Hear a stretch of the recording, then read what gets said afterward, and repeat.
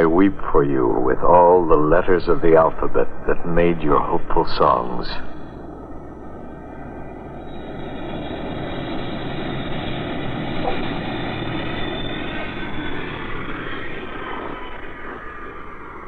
I saw how you strove against regret, and all the while your hearts were rent to bits, like ragged prayer books.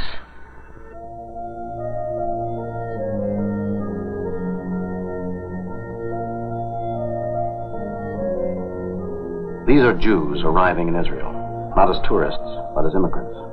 All they own are the clothes on their back and what they carry in their hands. They are bewildered and confused, overcome with emotion. The Russian Jews of the Soviet Union are fulfilling their right to return as guaranteed in the Declaration of Human Rights in the United Nations Charter. A right not recognized by the Kremlin, even though it was approved by the Soviet Union. There's been a long, discouraging journey. For some, it started 35 years ago with the first application for immigration. Today, they still wait for permission. Some have written as many as 83 letters in a year to Soviet authorities. Their exit visas denied over and over again. A bitter word etched in their hearts. Refusal. Copy to the prosecutor's office in the Sechenko region of the city of Kiev. From the accused of slander of Soviet reality, B.L. Kochubevsky, Jew. I am a Jew. I want to live in the Jewish state. This is my right, my dream. I want my children to study in school in the Hebrew language. I've watched their joyless childhood jeering the insults. I want to read Jewish papers. I want to attend Jewish theater, read Jewish books. Even the printing presses have been destroyed. I have repeatedly made this request to emigrate to various authorities. I have received only this: dismissal from my job, my wife's expulsion from her institute, and to crown it all, a criminal charge of slandering Soviet reality. My wife cannot even provide our family with matzahs at the Passover Seder. There is no one to complain to. Everything Jewish is silenced. Passenger trains and airlines from the Soviet Union arrive in Vienna each week. Waiting for them is a team made up of staff members of the Jewish Agency and the American Joint Distribution Committee. They care for the immigrants in the day or so before they reach their final destination, Israel. Many tales of persecution are told even as they pass the gate to freedom. The old patterns of cruelty and torture cued in on another generation. On the Russo-Hungarian border, a 14-year-old boy, a child prodigy on the violin, passed through the Russian customs, clutching his treasured violin. As he was about to board the train, a Soviet official grabbed the violin and smashed it, yelling, "You'll have no need for that in Israel." The pogrom in Russia is an ancient sufferance.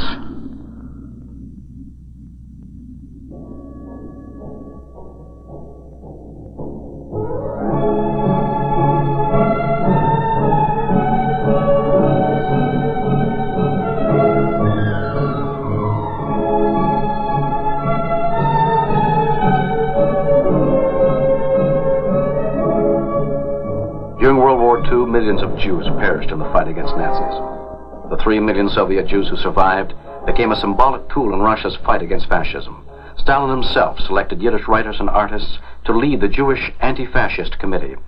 As the Cold War took over, a fear of anything Western changed Stalin's policy towards the Jews. In some insane perversion of facts, Zionism was equated with Nazism, and a lurid comparison emerged. By 1948, Jewish solidarity, which had been so important in the Soviet struggle against fascism, was no longer desirable. Like a tragic echo, another solution for the Jewish problem was needed. In the late 40s and early 50s, approximately 450 outstanding Soviet Jewish artists were arrested. 217 writers and poets, 108 actors, 87 painters and sculptors, and 19 musicians. Their families were exiled to Siberia or left as social outcasts. The culmination of Stalin's purge of creative Jewish thought came on the dark, blood-stained night of August 12, 1952. 24 leading Jewish poets were executed in Moscow's Lubyanka prison. Their crime? Enemies of the USSR, agents of American imperialism. Theirs was the Jewish lament, the wail of life, the plea to God for the act of living. The wine of countless generations has strengthened me in my wandering. The angry sword of pain and sorrow cannot destroy my existence, my people, my faith, and my flowering. It has not chained my freedom. From under the sword I shouted, I am a Jew.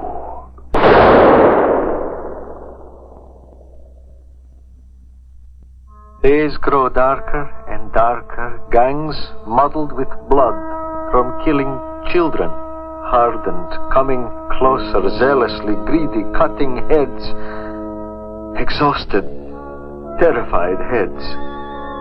And my head too. A survivor tragic will enumerate the slain.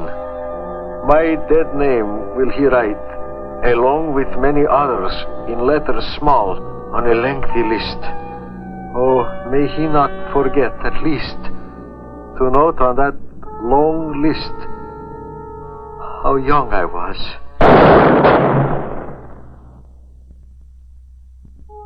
Today there is a blessed homecoming.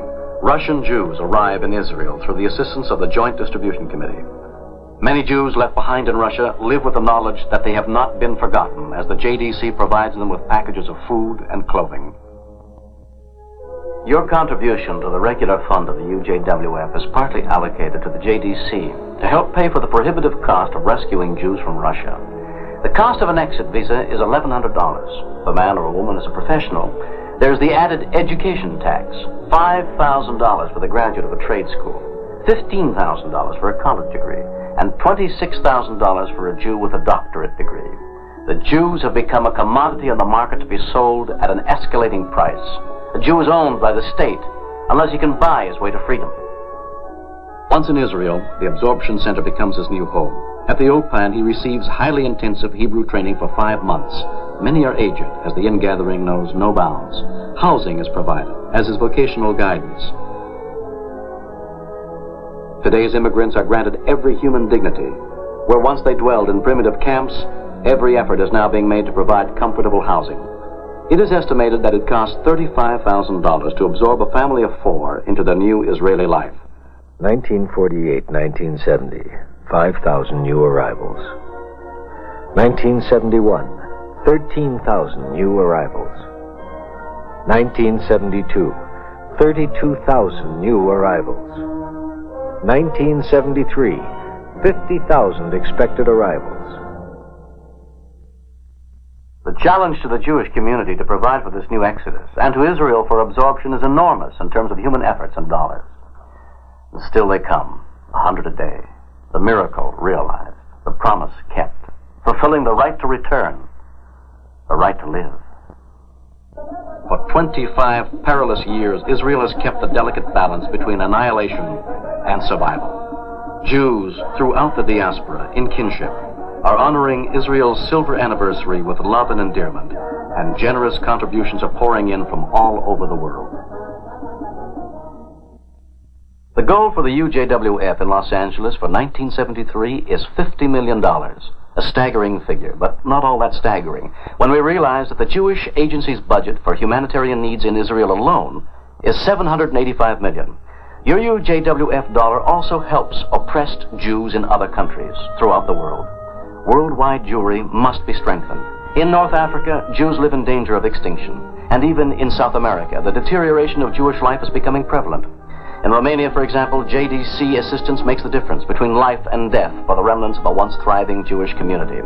Before World War II, the Jewish population of Romania was over 800,000. Today, 100,000 cling to their heritage. Is it too much to ask that we do what we can to save those survivors? The regular fund of the UJWF uses 1/2 of every dollar you give to help people in 31 countries. They too need food, clothing, and rehabilitation, and ever present is the shadow of anti-Semitism that hangs over their lives. Israelis are prepared to die for their country. 1 out of every 7 houses has someone in the Israeli army. 90% of only sons volunteer for frontline duty. It is not compulsory. When Nasser threatened to push them into the sea before the Six-Day War in 1967, they dug 30,000 graves. They expected to bury the flower of their youth. but they believed in the sacrifice. Thank God, their worst fears were never realized. Today, even though the Russians have withdrawn some of their armament from Egypt, the danger of attack is even more sensitive. The sphere of danger has now shifted from Egypt to Syria, as witnessed the recent airlift of Soviet technicians and arms into Damascus. Today, Israelis guard their precious borders with new dedication. The homeland will never perish. The lamp is lit on Sabbath at sundown. The Jews will be secure. Since 90% of Israel's tax dollar goes for defense, the crucial humanitarian needs within the country must be met by other financial sources. Our United Jewish Welfare Fund, Israel Emergency Fund contribution is applied to these pressing social problems. Besides its military front, Israel's second front is its streets of despair in the cities and its wretched villages of want in the country. 1/3 of Israel lives in poverty. The urban problems of employment and health standards need vital attention. UJWF dollars are desperately needed to raise the standard of living for these deprived people. Jews help one another. It's our obligation, our heritage. We are one family who need each other to survive. If I am not for myself, then who is for me? And if I am only for myself, then what am I? And if not now, when? We have a dual commitment. Our Jewish community here in Los Angeles is also being helped with your UJWF contribution. The United Jewish Welfare Fund supports many programs that care for all kinds of human needs. Through the Jewish Federation Council, extensive programs are constantly being developed and carried out in the areas of care for the elderly, Jewish education, teenage youth activities, hospital care, and rehabilitation for the mentally and physically handicapped.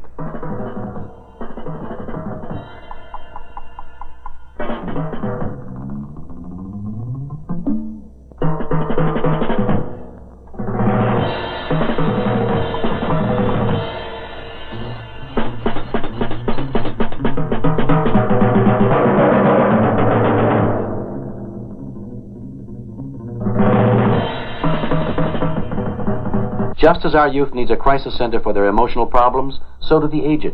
Their plight is just as valid. It is loneliness, a feeling of uselessness, and more than often, complete physical deterioration. It is hard to believe that in one of America's affluent cities, an estimated 10,000 Los Angeles Jews live at or below a poverty level. You could call her a Shabbos Baba. She waits and hopes that perhaps a son or a daughter or a friend will invite her for a Friday night dinner. Once, they all came to her house, and she spent the day preparing the traditional dishes.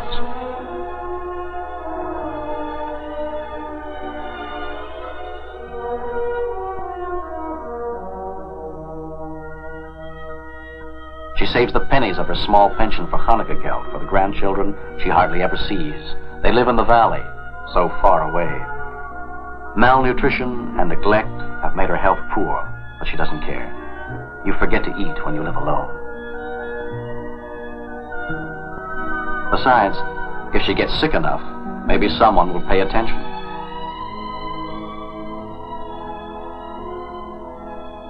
UJWF regular fund dollars are used to help these older people find meaning in their discarded lives. The Freedomore Center of the Jewish Family Service is a walk-in crisis clinic for senior citizens, as is the Jewish Federation Council Community Service on Fairfax Avenue, which acts as a referral service for people of all ages. A myriad of human problems are brought to this outreach facility. We live our lives in patterns of uninterrupted rhythm. It is night in Los Angeles. Go to sleep. Turn out the light. Put out the cat. Lock the door. Listen to the sounds of night. Sleep better, knowing there is a watch guard 6,000 miles away, linked with our watch guard at home. Theirs is a fragile sleep. It is a fragile sleep for children at the outlying kibbutzim near Lebanon and Jordan. Awakened by bombs, they learn to sleep in underground bunkers. Their sleep dreams put off until another night. It is a fragile sleep even outside of Israel. A murderous knock on the door. A day of terror and finally death. Women weep in Israel. They weep for lost sons and husbands, brothers and fathers.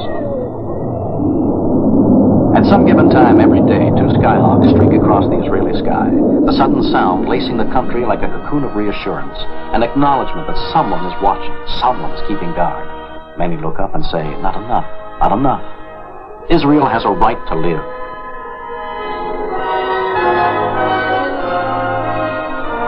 It is a fragile sleep for them. They cradle your heritage and keep it safe. Help them sleep better, and you'll sleep better. And if you don't help, could you sleep at all?